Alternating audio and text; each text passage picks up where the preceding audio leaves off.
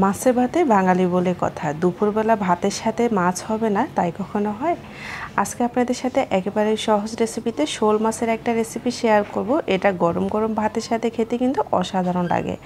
আসসালামু আলাইকুম এভরিওয়ান, সবাইকে রসনা বিলাস থেকে অনেক অনেক স্বাগত। যতটুক মাছ রান্না করবেন সেই পরিমাণে কিন্তু নিয়ে নেবেন। আমি গোটা একটা শোল মাছ ব্যবহার করেছি। আর দিয়ে দিলাম স্বাদ মতো লবণ, আর দিয়ে দিচ্ছি হাফ চা চামচ করে লাল মরিচের গুঁড়া আর হলুদ গুঁড়া। এগুলো দিয়ে কিন্তু ভালোভাবে মেখে নেব। এটা কিন্তু রেস্টে রাখার প্রয়োজন নাই, সাথে সাথে এটাকে ভেজে নেব।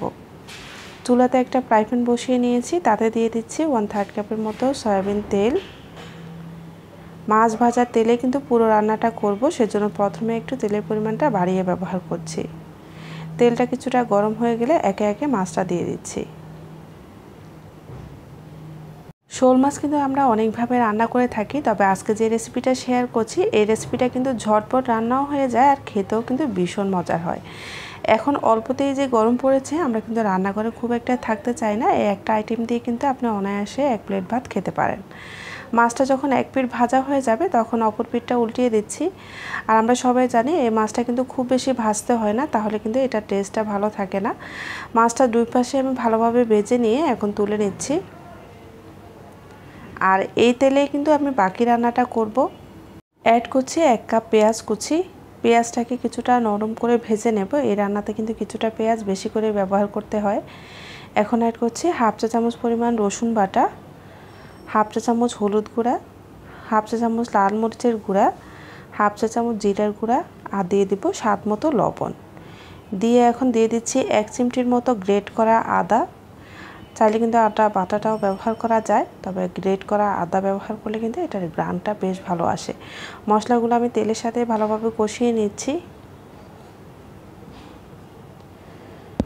দিয়ে দিচ্ছি একটি টমেটো কুচি, দিয়ে এখন আবারও ভালোভাবে মশলাটাকে ভেজে নেব। টমেটো আমি দুইভাবে ব্যবহার করছি। আর দিয়ে দিচ্ছি অল্প একটু পানি, যাতে মশলাটা পুড়ে না যায়। অবশ্যই খেয়াল রাখবেন রান্নাতে গরম পানি ব্যবহার করবেন, এতে করে এটা টেস্ট বেশ ভালো আসে।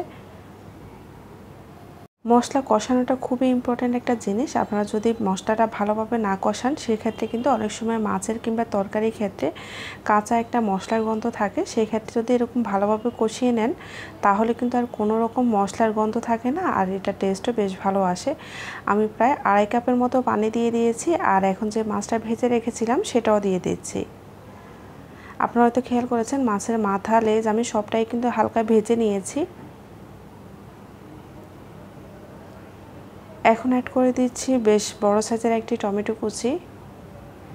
এই টমেটোটা কিন্তু কিছুটা আস্ত থাকবে আর কিছুটা গলে যাবে। দিয়ে দিচ্ছি 2-3টা কাঁচামরিচ, দিয়ে ঢাকা দিয়ে এটাকে রান্না করে নেব। বেশ কিছুক্ষণ আমি ঢাকনা খুলে উল্টে পাল্টে মাছটাকে নেড়ে দিয়েছি, যাতে সমানভাবে সবগুলো মাছেই কিন্তু মশলাটা যায়। তা এখন সবশেষে দিয়ে দিচ্ছি কিছুটা পরিমাণ গরম মশলা গুঁড়া। এখানে 1/4 টিস্পুনের মতো হবে।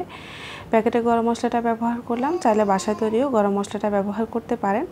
দিয়ে কিন্তু উল্টে পাল্টে নিচ্ছি মাছের সাথে, এতে করে খুব সুন্দর একটা গ্রান আসে। আর দেখতেই পাচ্ছেন আমি কতটুকু ঝোল রেখেছি, একেবারেই কিন্তু শুকনো শুকনো করে ফেলেছি। আর দিয়ে দিচ্ছি কিছুটা পরিমাণ ধনেপাতা কুচি, দিয়ে নামিয়ে নিচ্ছি। আসলে ঝোলের ব্যাপারটা আপনারা যে যেরকম ঝোল খেতে পছন্দ করেন সে পরিমাণে রাখবেন। তো এখন আমি আপনাদের সাথে পরিবেশন করে দেখাচ্ছি এটা দেখতে কতটা সুন্দর হয়েছে। আসলে দেখতে না যতটা সুন্দর হয়েছে, এটা খেতে কিন্তু ভীষণ মজার হয়। আপনারা যে কিছুর সাথেই পরিবেশন করতে পারেন। রেসিপি ভালো লাগলে অবশ্যই চ্যানেলটি সাবস্ক্রাইব করে রাখবেন। ভালো থাকবেন সবাই, আল্লাহ হাফেজ।